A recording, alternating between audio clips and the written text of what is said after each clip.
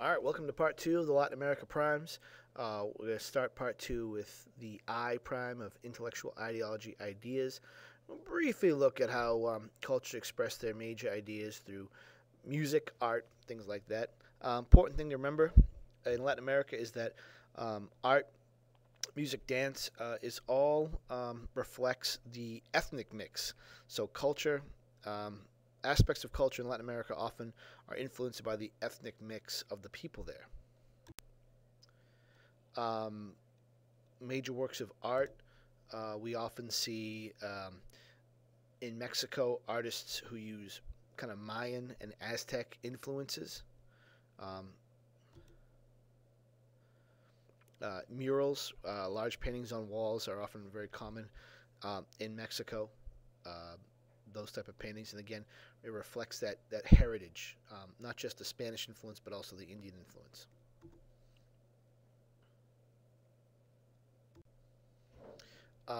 Music also uses African rhythm.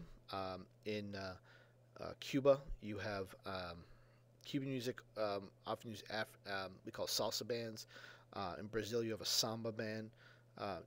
Jamaica and other islands, popular form of music called reggae, but again, a lot of it is influenced by the musical traditions of West Africa, and that's again because of the large population in this region who could trace their ancestry back to slaves that were brought over from West Africa.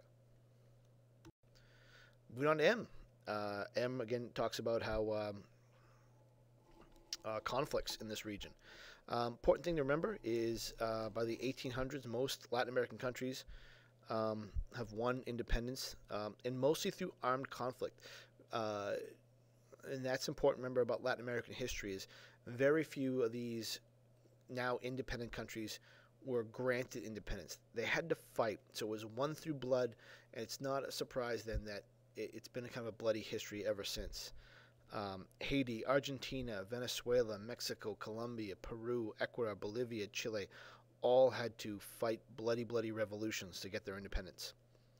By the late 1800s to early 1900s, the United States has increased its political and military role in Latin America.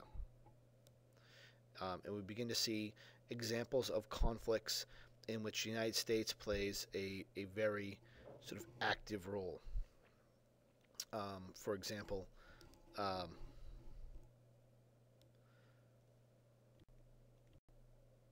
here you go. For example, in the 1800s and 1900s, you see a very active role in the United States. These are just a list. The Mexican-American War, where we basically took a good chunk of what's in the southwest United States from Mexico. The Spanish-American War, where we kicked Spain out of Cuba, and in the process took over ownership of Puerto Rico. The Banana Wars, the most delicious wars ever. The Banana Wars were an example of the U.S. military being used to invade countries in Latin America so that we could protect U.S. business interests in those countries. During the Cold War, we have the Bay of Pigs invasion, which was a failed attempt to overthrow Fidel Castro. You have the Cuban Missile Crisis, which was the closest the Soviet Union and the United States ever came to nuclear war. We detected Soviet missiles in Cuba. We demanded that they were taken out, and it was sort of a game of chicken to see who'd blink first. The Guatemalan Civil War is a very bloody conflict that, again, where we supported sort of a brutal right-wing dictator against rebel groups. We see the same thing at the bottom of the Civil War in El Salvador. It was another case where we supported the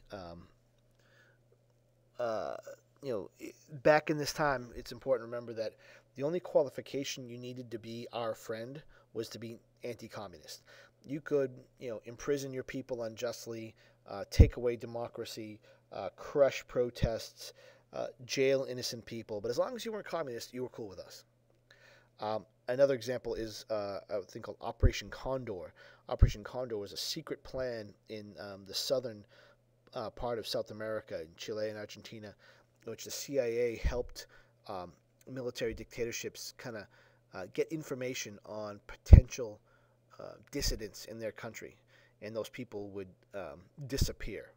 So it's not the United States is actively, you know, taking people out, but we were giving information to these military dictators in order to do so. So again, this goes back to why we're not exactly trusted in this region. Che Guevara was someone who lived in Latin America during the Cold War. He was extremely angered by the poverty he saw in Latin America, and he blamed the United States. He thought it was our fault that people in Latin America are poor, that the governments of Latin America wouldn't do anything about it, and it was greed that emanated from the United States and the whole capitalist free market system. It was to blame. So he became a communist revolutionary and a guerrilla leader. He was actually Fidel Castro's second in command during Castro's revolution in Cuba. After that was done, he left Cuba and led other revolutions, trying to establish a similar success in Africa and other Latin American countries. By the 1960s, he was captured and executed in Bolivia, but very sort of famous, controversial figure. Moving on to economic. I'm going to talk about economic status, how people make a living, how goods and services are traded.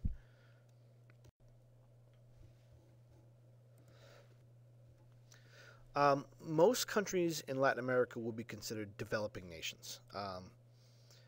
Mexico and Brazil are by far the strongest and would probably be more accurately classified as somewhere between developed and developing, with Brazil being in the lead.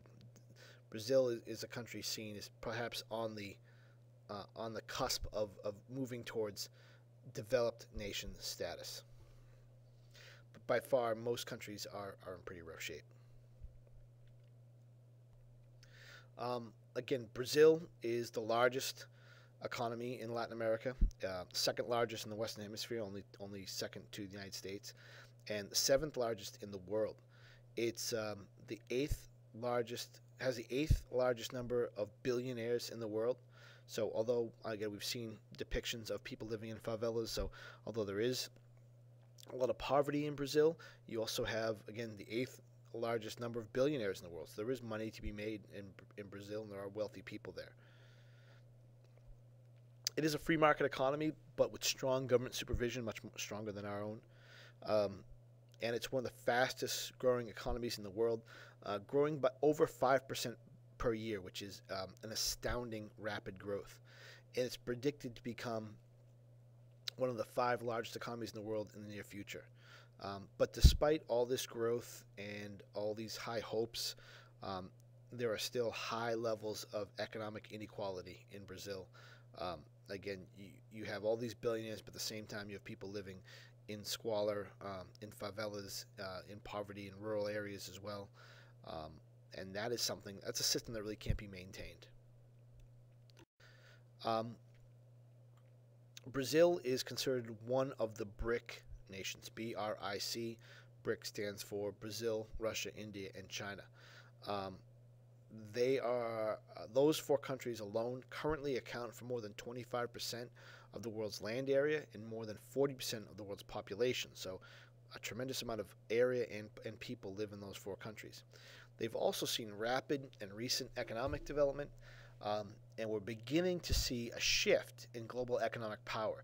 Traditionally, the global economic power has been controlled by the United States and other Western countries, but we're beginning to see those countries' economies begin to shrink, and the BRIC nations are beginning to gain more influence. By 2050, the BRIC nations' combined economies could be more than the West. And as you become an economic power, you try to convert that into greater geopolitical influence, or try to get into political power. So expect to see these 4 nations have a lot more influence around the world than they do now. The last thing we'll talk about under E is economic opportunity. Like we said before, a lot of inequality. Although there are wealthy people throughout Latin America, we do have very much poor, and those economic opportunities often lead people to migrate to the United States or other urban areas in Latin America. This internal migration, when they don't come to the United States but move to maybe a large city like a Sao Paulo or Mexico City, lead to the growth of cities, what's called urbanization. And people who move there often find crowded neighborhoods, poor housing, lack of sanitation, and as a result, rising crime. Our last prime is S for the social cultural. Look at everyday life. Almost 2 times as many people live in Latin America than live in the United States, about 558 million people.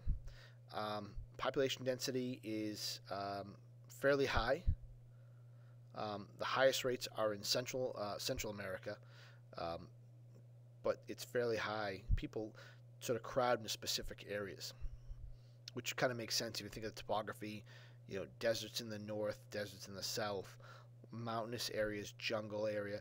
It doesn't leave a whole lot of area that people would want to live in, so you're going to see dense areas. Most people live in some rapidly growing cities like Mexico City, Sao Paulo, Rio de Janeiro, Buenos Aires. Sao Paulo is one of the largest urban areas in the world. It's number 3 in the world. Shanghai is the largest city, Mumbai is number 2, and then Sao Paulo is number 3. Huge urban area. You do have some people still living in the rural regions, but for the most part, here's a picture of Sao Paulo here. You can see it's just vast urban areas, as far as I can see. We talked before about how people live and culture, and a lot of that is influenced by their ethnic makeup.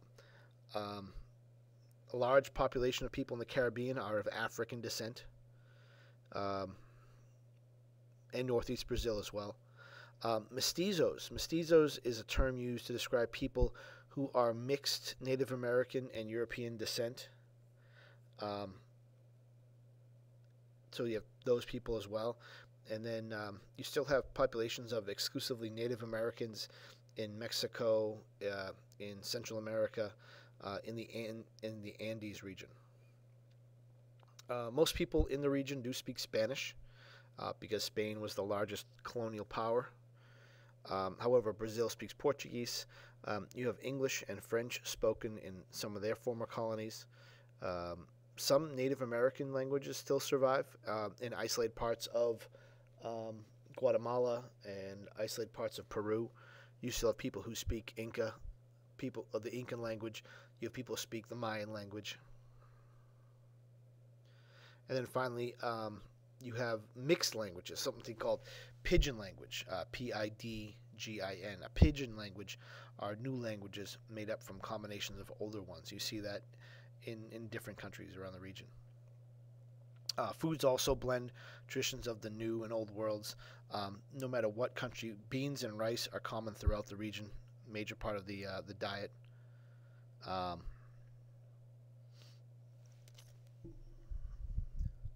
Literacy rates range from some countries as high as 90%, some countries as low as 60%. So education kind of wavers it depends on the development of the country. And finally, popular sports. Throughout the region, soccer is very popular. The Brazilian national team has enjoyed a lot of success over the years.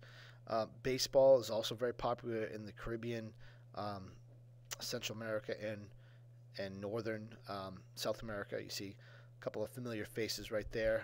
Felix Dubron is from pitcher for the Sox. He's from Venezuela. And of course, David Big Papi Ortiz from the Dominican Republic. And then finally, that picture at the top, for those you know, that's the game of cricket, which is popular in a lot of former British colonies like the Bahamas and Jamaica. And And that'll wrap up the Primes Notes for Latin America. Hope you had fun. Take care. Bye.